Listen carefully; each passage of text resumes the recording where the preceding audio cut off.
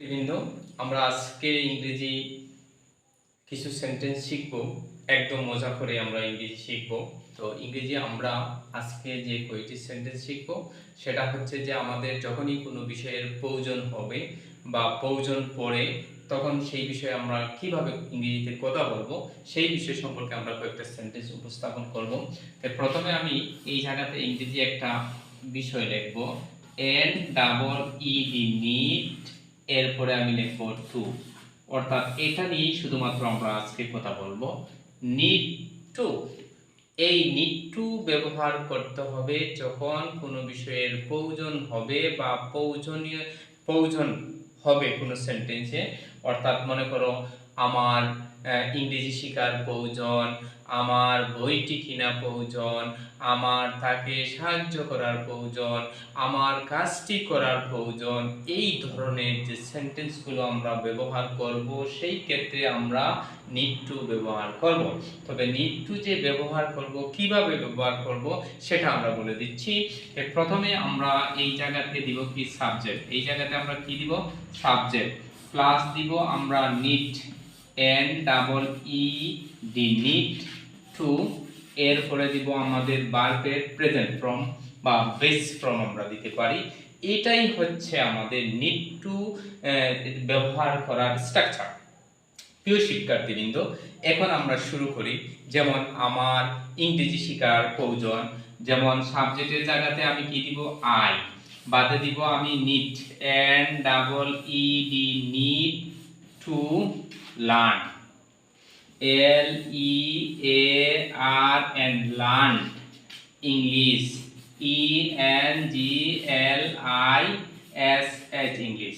প্রিয় শিক্ষার্থীবৃন্দ, I need to learn English, I need to learn English, আমার ইংরেজি শেখার প্রয়োজন। এরপরে আমি দিতে পারি INEED need to, I need to buy, buy a book, BOOK book, আমার একটি বই কেনার প্রয়োজন, I need to buy a book, আমার একটি বই কেনা প্রয়োজন। এরপরে আমরা লিখব INEED need to, I need to help him, help him, I need to help him, আমার তাকে সাহায্য করার প্রয়োজন। এরপরে আমরা আরো তৈরি করি, I need to, I need, NEED need to, I need to the word, I need to do, I need to do the work, আমাদের কি প্রয়োজন, আমাদের কাজটি করা প্রয়োজন।